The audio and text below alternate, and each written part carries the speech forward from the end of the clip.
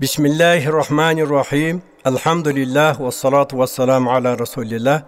Muhtaram Müslüman bağırlar, biz Kur'an-ı Kerim'de bırıngı ötken kitaplarının içinde İncil'min de salыстырып, ekönün araсын nağız tarihi direklerмен bağalap görетін болсақ, biraz нәрсе aldımızға, көз алдымызда аян болады. İncil қайоқта жазылды. Hazreti İsa aleyhisselam көкке көтеріліп кеткеннен кейін тарихи деректер бойынша ең көне ертерек жазылғаны Матай İncili болып есептеледі. Ол біздің жыл санауымыздың басында 30-шы жылдардан бері қарай жазылған. Кейбір деректер тіпті 50-60-шы жылдарда айтады.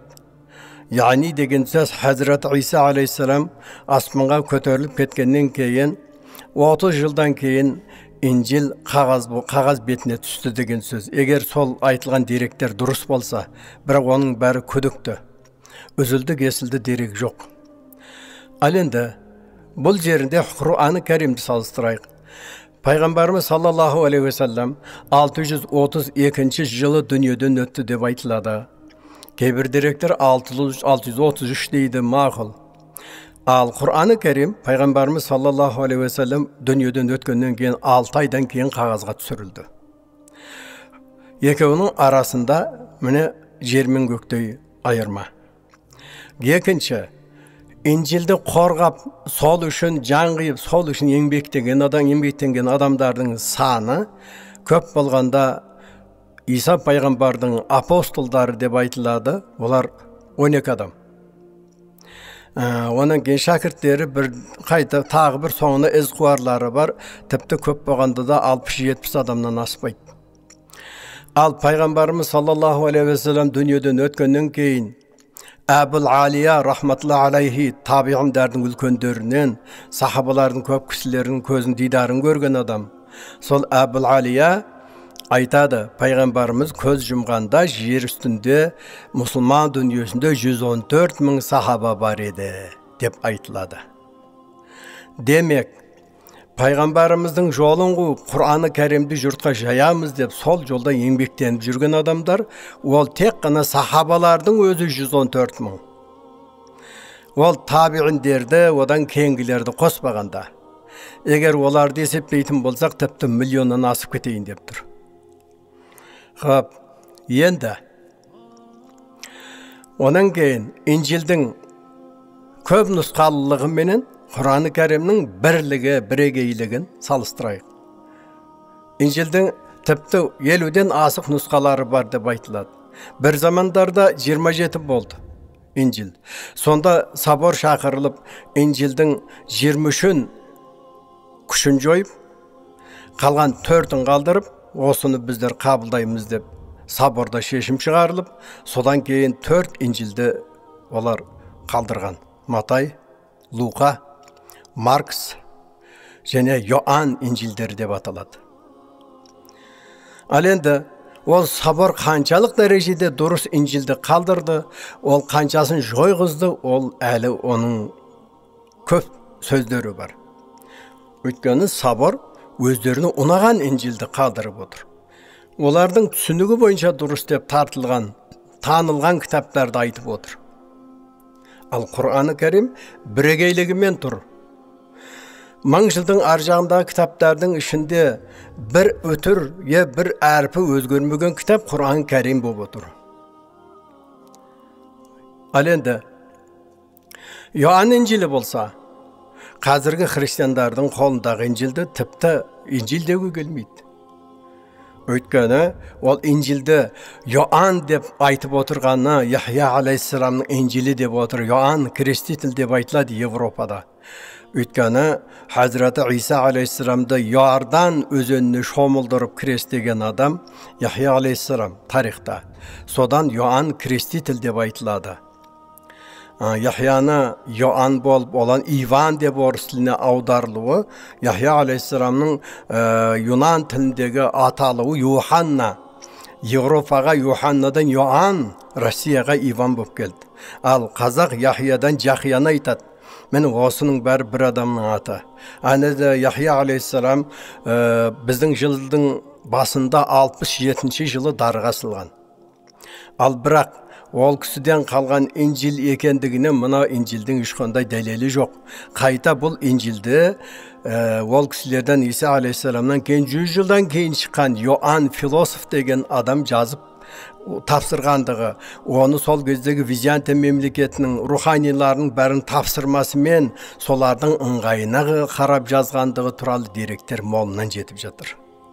Өйткені Иоанн Инжилінде балдарды сүннеттен шығарып тасталынған, Византия билеушілері оны жек көрген, ішкілік ішуге рұқсат берілген, сондай көп нәрселерді, Иса алейхиссаламды Құдай деңгейіне көтеру, содан басқа жаңағыдай өзін-өзі жаңағы Құдай тағаланың несіне жаңағы халықтың қаһарынан құтқару үшін дарға асты деген сияқты тұжырымдардың бәрі қыстырылуы сол Иоанн Инжилінде. Негізінде Иса алейхиссаламды Құдай деңгейіне көтеру алдыңғы 3 Инжилдің ешқайсында да жоқ. Міне демек Иоанн Инжилінің жаңағы даже Инжилдің қай түрі болса да сол адамның қолының кіргендігі, енгендігі туралы деректер молынан жетеді. Оның үстіне 1947 жылы Ғимран қала деген бір ескі қоныстан бір үңгірден табылған деректер, қағаздар, жазба деректер Инжилдің тағы да қолдан жасалғандығы, онда жалған нәрсенің араласқандығы туралы деректер мол кездеседі. Оның үстіне өлі теңізден табылған, өлі теңіздің ішінен құмырадан табылған жазбалар, деректер. Сонда соны тексерген ғалым, бір үлкен ғұлама ғалымға соны хабарлап, мынау жазбалар шығып жатыр, енді Инжилді біз басына қарап шықпасақ болмайды-ау. Бұл христиан дүниесі енді мына нәрсеге қарап отырып, енді сонда да Инжилді қастерлеу жобаға келмейді деген әңгімені айтқан. Ал енді ағылшын ағарту орталығының христиан ғалымдарынан 500 ғалымды жинап, Иоанн Инжилін тексерейік деп, соны оқу өткізіп болған. Сонда христиан ғалымдары мұсылман емес. Солардың басын қосып, сонда олардың жасаған қорытындысы бар. Сол қорытынды бұл жақында өткен ғасырдың басында болған нәрсе, 90-шы жылдарда болған нәрсе бұл. Сонда олар қорытынды жасайды. Біз христиандарға жанымыз ашиды. Олар жалған кітаптың арқасында жүр. Иоанн Инжили жалған деген қорытынды жасаған. Ал енді Құран Кәрим сол күйінше тұр. Ешқандай оның арт қосылғаны, өзгертілгені ештеңесі жоқ. Аллах Тағала Құран Кәримді сақтайтыны туралы аятты нақты көрсетіп қойған. وَإِنَّا لَهُ لَحَافِظُونَ Біз Құранны нахну наззална зикра, біз Құранды түсірдік, оны сақтаймыз деген Аллах Тағала. Яғни Құран сол күйі өзгеріссіз келе жатыр. Одан кейін Инжилде ешқандай ғылыми дерек жоқ. Оның ішінде жалғыз ғана егер дұрыс деп табатын болса, осы күнде жаңа кейбір ауруларға клизма жасап емдеу жағы, ол енді Инжилде бар, айтайық. Бірақ Құран Кәрімде ше, Құран Кәрімде ғылыми деректер қазіргі осынша ғылыми неге табыстарға жеткен. Ғылым осыншалық өскен заманда да Құранды әлі тексеріп талай нәрсені тауып жатыр, әлде де табыла беретін шығар. Сондай деректерге адамның ақылы жетпейтін айран асыр қалатын нәрселер Құран Кәрімнен шығады. Демек, Құран Кәрімнің илахи кітап екендігі және бірегей бағдарлама екендігі ол енді даусыз хақиқат деген сөз болады.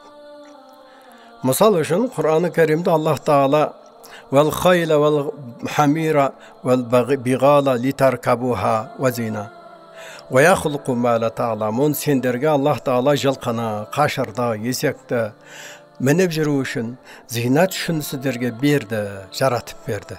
Және «Ваяхлуқу ма ла та'ламун» сіздер әлі білмейтін нәрселерді де жаратады деп Аллах Тағала аят келтіргенде, сахабалар аяттың мағынасын толық игеріп алмай, оны түсініп, оның қандай нәтижеге апара жатқанын, онда қандай қорытынды шығатынын егер түсініп алмай екінші аятқа өтпейтін дәстүр болған. Олар аятты оқиды, біріне бірі қарайды. Ғажап, тағы да не жаратады екен. Сөйтіп пайғамбарымызға келіп, я Расулалла, біз есек қашырды жылқыны мініп жүрміз. Енді мынау тағы да сендер білмейтін нәрселер жаратады дегені қалай? Сонда пайғамбарымыз саллаллаху алейхи ва саллям, сендер түйеге мінбейтін боласыңдар деді. Ал енді ол сөз сол көзде жұмбақ болса болған шығар, бірақ дәл қазір ол жұмбақ емес қой. Қазір арабтың бадауилері түйе емес, неге мініп жүр? Түсінікті түйе өзі пенсияға шығып жатыр зейнетке. Заман осындай өзгеріске келді. Ал енді ондай нәрселер Құр'ан-ы Кәрімде толып жатыр. Пайғамбарымыздың хадисінде де сондай нәрселер жеткілікті. Ал енді хақиқат деп сонша көтермелейтін Инжилді христиандар сонша мақтаған менен әлі осы күнге шейін бірде-бір адам, илля сол Иса алейхиссалам, соны кейбір апостолдар егер білсе мүмкін, бірақ Инжилді толық жаттаған одан кейінгі үмметінде ешкім жоқ. Дәл осы күнге шейін жер бетін жеті айналып шырақ жағып іздеген мен, христиандар мың-мыңдап Инжилді мақтасын, бірақ бәрібір Инжилді жат алған адам жоқ. Көрсетіп бере алмайды. Сіздер осы мақтаған кітабыңыздың хақиқат екендігін айтып, соны мына кісі жат біледі деп, алдымызға көрсетші деп сұраңыздаршы, кім жат білер екен? Жоқ. Ешкім жат білмейді. Неге? Неге біз Құр'ан-ы Кәрімді мұсылман ғұламалары, қанша қарилары жат алады? Біздің араб дүниесін былай қойғанда, біздің Қазақстанда Құдайға шүкір қазір қариларымыз 100 шамалы болып қалған шығар мүмкін. Біз оның есебін жүргізіп отырғанымыз жоқ. Яғни біздің үмметі ислам жаттады, Құран жаттап жатыр. Ең білмеген адам өзіне күнделік ғибадатына қажет аяттарды оқиды. Христиандық киноларға қарайық, біреулердің жаназасына не болмаса біреудің некесіне бір аяттарды, бір нәрселерді оқитұғын болса, Инжилді алып келіп, кітаптан қарап, неғып оқиды олар? Неғып ауыз екі бұлай жаттан айтпайды? Бұл жерге мән беріңіздер. Өйткені олар алдынан дайындап, өзіне қажет сөздердің астын сызып, соны оқиды. Олар сол орынға керек деп тапқандарын оқиды. Ол бәрін оқымайды. Неге? Инжилдің аяттары мына жерде бұлай, ана жерде алай, бір-біріне қарама-қарсы сөйлейді. Содан оны жаттайтын адам жаны көтермейді. Неғып олай деген ойға барады. Сөйтеді де, олар енді жаттағысы келмейді Инжилді. Міне мәселе қайда жатыр? Ал Құр'ан-ы Кәрімді милләти ислам қай жерде де күдіктенбей, екіленбей Құранның кез келген аятын оқи алады, тартынбайды. Неге? Құранның аяттары бірін-бірі қайшыласпайды, бір-біріменен қарсы болмайды, мағыналық жағы бірін-бірі шешіп отырады. Бұл илахи мұғжиза. Біздердің енді бір Инжилді, Құранды, басқасын көріп жүрген болу керек. 2000 қай жылы? 6-шы жыл мекен? Москва конференциясында бір еврей ұлтынан синагогадан келген біреуінің айтқан сөзі бар еді. Мұсылмандардың біздің діндерімізден айырмашылығы, мұсылмандардың діні өмір-бақи өлгенше жандарында бірге жүреді, а біздердің дініміз ғибадатханамыздың есігінен аспай қалады. Сол жағынан сіздер жоғарысыздар деген еді. Міне демек хақиқат бұл. Мұсылмандардың діні кітабы Құр'ан-ы Кәрім илахи мұғжиза ретінде жанымызда жүруі, олардың әр уақытта қажет уақытында оқып пайдалануға мүмкіндіктің болуы, бұл үлкен нәрсе. Ал Инжилде ондай мүмкіндік жоқ, мың жерде мақтағанмен. Al onun üstüne ol neğip törtöv болады. İlahi kitap biröv болуға тиіс. Ол төртеудің қайсы жақсы деп айтсаң, ешқандай рухани жаңағы попыма, пресвитеріме, патриархыма, басқаларыма оны дөңгелетіп мынау деп айтып бере алмайды. Төпкі кітапты олар көрсетіп бере алмайды инжил мынау деп. Яғни кітап өзгертілген, бәнденің қолы тиген. Соны еш қайсысы жоқ. Солай Алланың кітабы бұл өзгермеген деп дәлелдей алмайды. Демек, әлхамдулилла, Пайғамбарымыз саллаллаху алейхи ва саллам Құр'аны кәрімді қолдан келгенше сақтауға, оны жаттауға мән берді. Қалай? Biz aytib отырмыз, İsa aleyhisselamdan keyin İncil 30 жылдан әрі қарай жазылды деп. Пайғамбарымыздан 6 айдан кейін Құран жазылды. Дұрыс. Екеуінің арасын салыстырамыз. Пайғамбарымыз саллаллаху алейхи ва саллям Құранды қалай жаздырды? Ол кісі айтты, сол жанындағылар жазып қала берді ма? Әңгіме осы жерде. Пайғамбарымыз саллаллаху алейхи ва саллям Құранның аяттары келгенде оны жаздырды. Жаздыру былай. Жанында қарилар болды, хафиздер болды кім болса да сахабалар. Олардың қайбіреулері толығымен жаттады, қайбіреулері шала жарым жаттады. Ал соларға жаттауға негіз болатын Құран аяттарын қағазға түсіріп отырды, оларға айтып ол кісі. Яғни хаттаттар, яғни хат жазушылар, хатшылары болды. Тарихта, ислам тарихында бегін көрсетіледі, пайғамбарымыздың хатшыларының саны 44-ге жетті деп. Енді қараңыздар, субханалла, имам Абу Ханифаның да хатшыларының саны 44-ге жеткен. Ал енді Рәсуліміз Құран аяттарын жаздырғанда аяттарды барлығы жазады мақұл. Оның ішінде пайғамбарымыз кейбір жер өлшемі, егіндік өлшемі, зекет бірдеңелерді жаздырғанда пәленшені шақыр, түленшені шақыр, атап айтып, сол кісілерді жаңағыдай өзіне тиісті нәрселерді жаздыруға отырғызады екен. Ал аяттарды ерекше тағайындап нақты жаздырғанда, оның ішінде тек қана Құран аятын жазумен байланғандары Аллаху алам кітаптарда біздің көргендеріміз дұрыс болса 17 кісі сахаба сондай бекілген деп айтылады. Ал енді сол жазушылар неге жазды? Жазғанда қағаз жоқ. Араб жерінде ағаш жоқ. Ағаштың материалы қағаз болса. Енді қалай істеу керек? Малдың терісі, мата, ағаш, тақтайлар. Одан кейін ағаштың жапырағы, қабығы, малдың сүйегі, мысалы үшін түйенің жауырыны деген сияқты. Сондай нәрселерге, қолына түскен нәрсеге жазады. Одан кейін сахабалар соны біріне бір көшіреді, бірінен бір. Ай, маған ананы аятты жаттап алайын, маған берші. Сөйтіп, Құраны кәрімді пайғамбарымыздың заманында қағазға түсірген. Енді, бірақ пайғамбарымыз саллаллаху алейхи ва саллям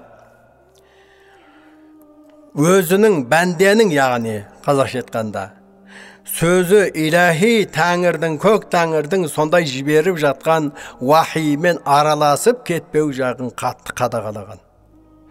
Пайғамбарымыз менен басқа, аяттан басқа нәрсені, яғни жазатын болсаңдар, болмайды, өшіріңдер.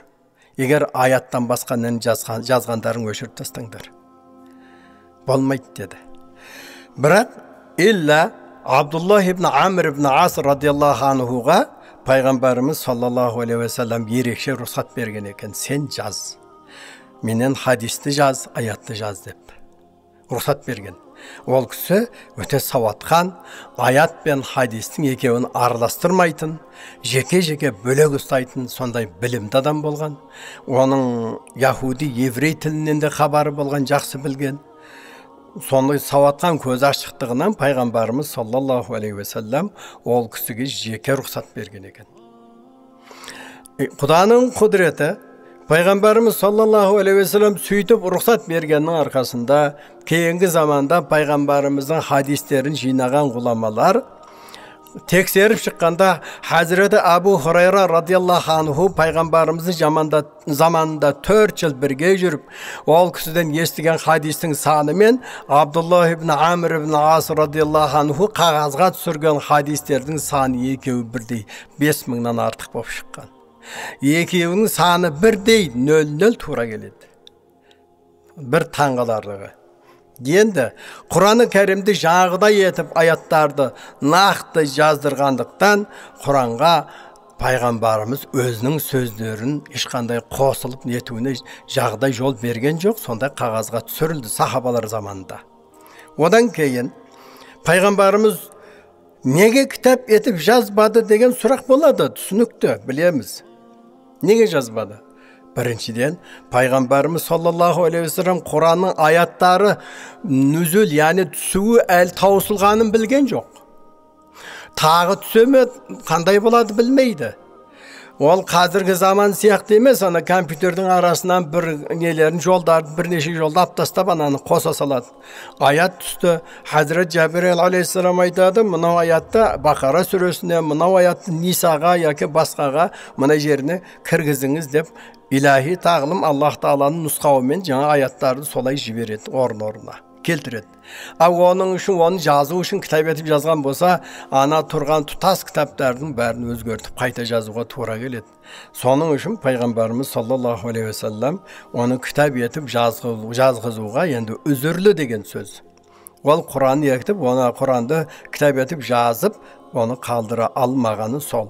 Бірақ жаттау мәселесіне қатты қадағалап, әрбір аятты жаттағандарыңа, әрбір әріп айтқандарың үшін 10 сауап деген сөздермен келдірген тағылымдары хадистерде жеткілікті. Мысалы үшін біз бисмиллахир-рахманир-рахим деп айтқанымызды 19 әріп айтсақ, 190 сауап аламыз деген сөз. Енді Пайғамбарымыз саллаллаху алейхи вассалам сөйтіп Құран-ы Кәрімді жаңағыдай етіп толық жеткізіп, «Әл-яума акмалту лакум динакум» деп аят келіп, сендерге діндерің мүкәммел болды, толық болды деп Аллах Тағала аят келтіргеннен кейін. Одан кейін Аллах Тағала Идаджа сүресін ендіріп, Идаджада жаңа пайғамбарымыз өледі деген хабар жоқ. Хазірет Абу Бәкір мен Хазірет Умар радиаллаху анху екеуі жылап, неге жылайсыңдар? Деп еді, я Расулалла, бұл сіздің қаралы хабарыңыз деді. Сөйтіп еді, рас деді. Бірақ аятта Изаджаның ішінде ешқандай пайғамбарымыз дүниеден өтеді деген хабар жоқ. Мұндай сөз жоқ. Бірақ ана екі кісі, екі сахаба әзіз олардың ар жағын түсініп тұр аятты. Пайғамбарымызға тәсбих айт, истиғфар айт, сен дайындал маған кездесуге деген сықылды аяттың мағынасы бар екен. Ал енді осыдан кейін аят Құран-ы Кәрімнен кейін аят келу тоқталды. Арқасынан 2 айға жетер-жетпес уақытта ма пайғамбарымыз дүниеден озды. Ал енді Хазірет Абу Бәкір заманы келді. Құран-ы Кәрімнің енді түсуі тоқталды. Енді ол қағазға түсу керек. Бірақ бірден түсе қойған жоқ. Хазірет Абу Бәкір радиаллаху анхудың хижри бірінші отырған жылының бірінші жылының өзінде басында Араб жазирасында мұртаттар қозғалысы басталды. Діннен қайтқандардың. Біреулер закат бермейміз дейді, біреу намаз оқымаймыз, біреу үйтеміз, бүйтеміз, біреу закат береміз, намаз нетеміз. Әркім әртүрлі сөздер айтып, қырғын қиямет Араб жазирасында сондай жағдай басталды. Сөйтіп, оның ішінде ең қатерлісі Мүсайлама деген кәззап алаяқтың көтерілісі болды. 40 мың әскерменен жаңағы Мәдинені шабатын болып, сондай қатерлі жағдай болды. Сонда Хазірет Абу Бәкір радиаллаху анху оларға қарсы Халид ибн Валидті жіберді. Сөйтіп, ойдағыда басылды бүлік. Бірақ сол Мүсайламамен шайқаста бір күнгі шайқаста 70 қари шейіт болды. Сол хабар келгенде Хазірет Абу Бәкір радиаллаху анху енді халифалық жұмыспенен жан-жақты нәрселерменен ол кісінің несінде басқа нәрселер басында. Хазірет Умар уәзір мына жақта тұрып жеке сол мәселені ойланып түнмен жата алмай. Ертесіне келіп, пайғамбарымыздың халифасы, сіз мына жағдайға мән бермесеңіз болмайды екен. Мынау Құранды жазбай болмайды ау. keyingilerge ne aytamız dedi. Bugün 70 qari, erten tağı qancha qari, bular kete berse ne bolamız? Kur'an'dı жазу gerek dedi. Sonda Hazreti Abu Bakır yekilendi aldın. Resulümüz bastamağan cümüsü qalay qılamız. Сөйтіп еді Hazreti Umar айтты, ей халифа, ойланыңыз, пайғамбарымыз оны жазуға өзірлейді, енді біздің өзіріміз жоқ, мына кейінгілерге жазбай қалдыра алмаймыз, біздер кеткен екен Құран жойылып кетеме деп қорқамын. Сөйтіп ол кісінің пікірі жеңді, сөйтіп алхамдулилlah Hazreti Abu Bakır екеуі ұйымдасып, кейін басқа сахабалар шақырып ақылдасып, жазатын болып, сөйтіп жазуға Зайд ибн Сабит әл-Банани радиаллаху анхуды шақырып алды. Ол кісіні шақырған мақсат бір кісі, бұл кісі біріншіден пайғамбарымыздың заманында қайнап тұрған кезі 30-дардағы жігіт. Пайғамбарымыз саллаллаху алейхиссалам Құран-ы Кәрімді 3 рет Хазірет Жабірел алейхиссаламнан мынау қайтыс болатын жылы бір риwаяттарда 2 рет деп айтады. Сол ардайы ахира дейді, ең соңғы арыз. Арыз деген сөз, бұл араб тіліндегі сөз, енді біздің арызымыз.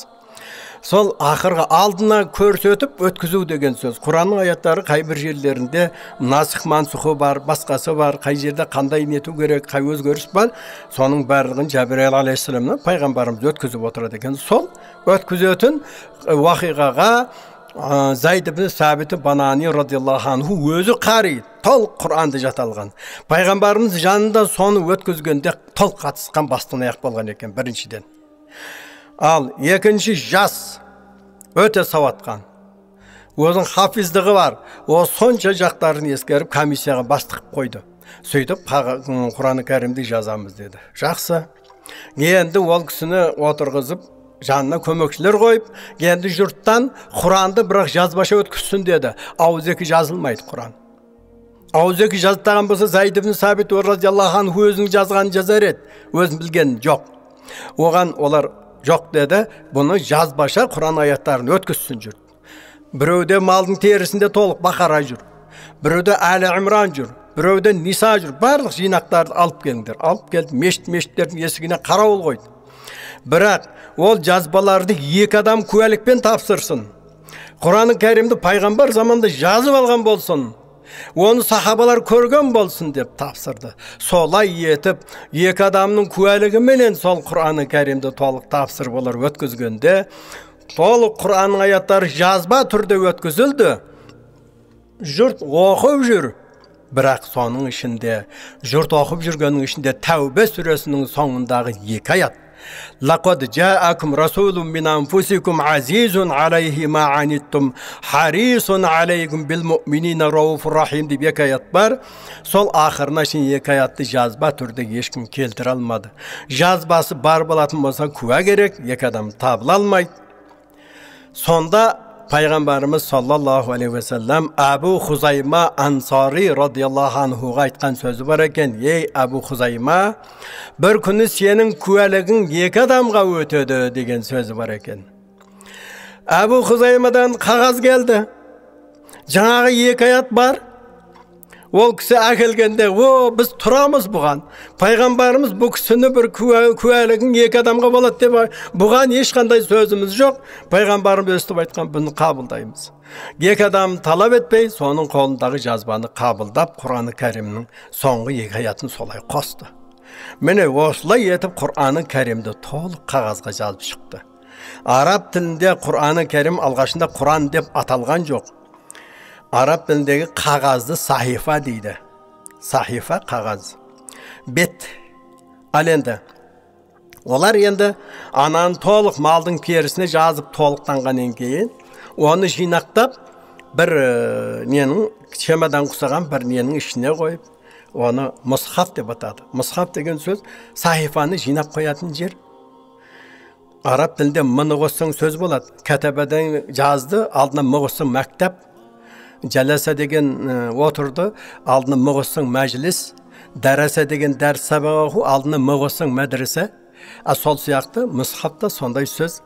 Құран-ы Кәрім сақтап қоятын, жаңа сахифаны сақтайтын жер. Сөйтіп Құран-ы Кәрім алғашқы аты мұсхаф, кейін біртіндеп Құран болды. Бірақ ол кезде ол Құран-ы Кәрімді пайғамбар заманында 7 қираатпен оқу мәселесі әлде жалғасып келе жатқан. Hazreti Osman radıyallahu anh'un zamanına gelip Kur'an-ı Kerim'de kaytadan жазу керек болды. Неге 7 қираатпен оқып жүр? Мынау Құрайш қирааты, мынау Хузайл қирааты, мынау Тай қирааты, Сақиф қирааты, сахабалар әрқайсысы әр тайфаның өкілі, бірінің сөзін бірі түсінбейді халық. Әркімнің өзінің түсінген қарисының арқасында тұрып намаз оқиды. Анаған ол үйімайды.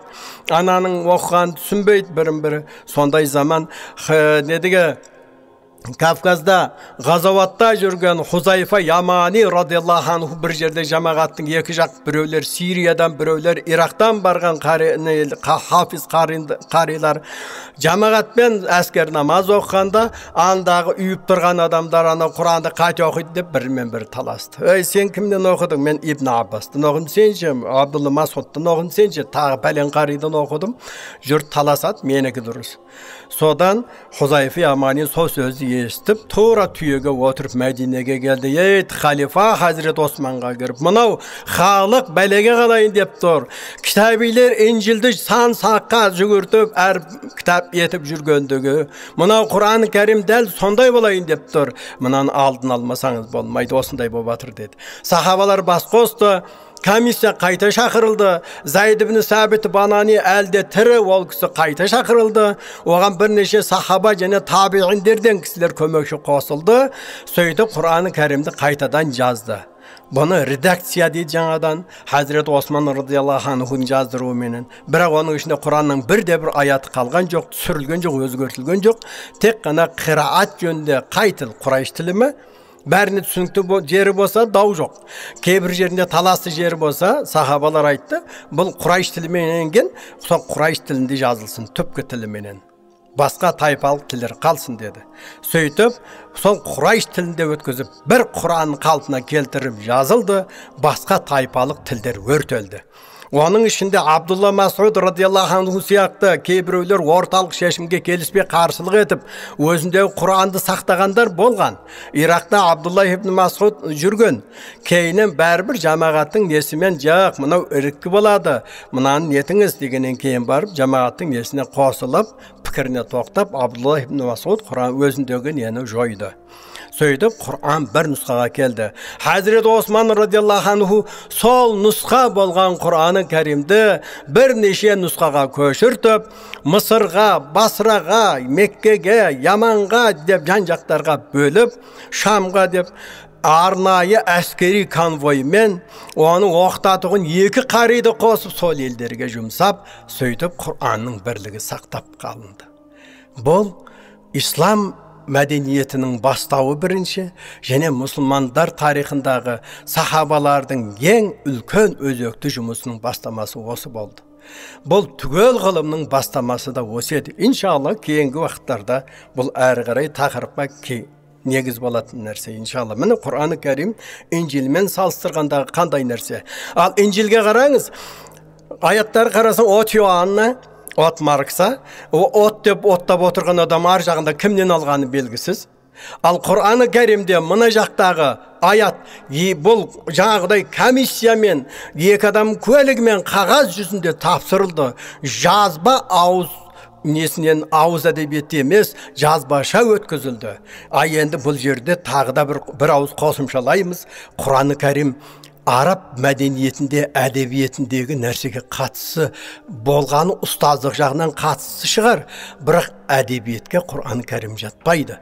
Илахи калам, Алланың каламы, ол адамдар ойлап шығарған дүние емес. Бұны Құранды әдебиет деп жаңылысқан адамдар кәпір болып діннен шығады, маадалла. Құдая өзің сақтап, ондай нәрселерін сақтық жасағандарыңыз жақсы. Ассаламу алейкум. Алла тауфиқ берсін.